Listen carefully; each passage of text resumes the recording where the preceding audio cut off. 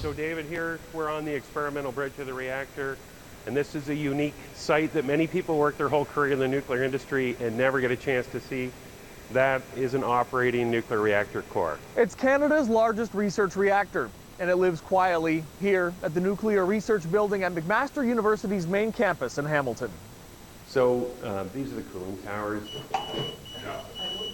For more than 6 decades, it's been processing and distributing medical isotopes for the treatment of roughly 70,000 cancer patients every year, both at home and abroad. You're standing in the containment building of a nuclear reactor. The rate of energy emission at the bottom of this nice, serene-looking pool with the pretty blue light is the same as a diesel train engine running full tilt. Now McMaster's reactor is ramping up with $6.8 million in funding from the province. The field of medical isotopes is really in a renaissance. There's tremendous new potential being recognized. For the last 3 decades, operation of the reactor has been funded by the university through the revenue generated by medical isotope sales and commercial users of the facility's analytical capabilities.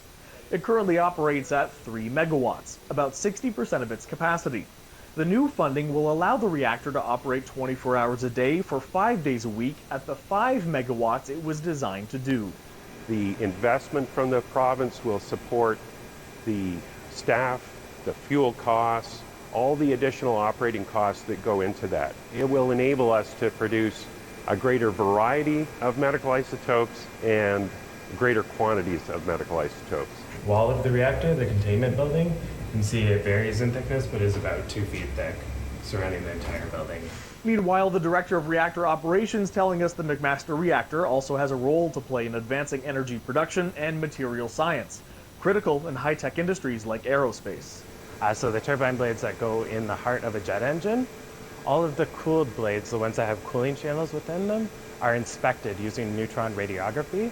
So they use the neutrons that are produced in our core and ejected through our beam ports, and those neutrons travel through the airplane turbine blades, and they use them to inspect the integrity of the cooling channels within those blades. Both men telling us the increased production will have no impact on the outside environment, partially thanks to the 10-meter deep pool housing the core. That water is cooling the reactor, and it's shielding the radiation emitted in the nuclear reactions and the radioactivity contained in the core. It's shielding it to very low levels. We could stand here and talk all day long without any problem whatsoever. Clean. Remove object.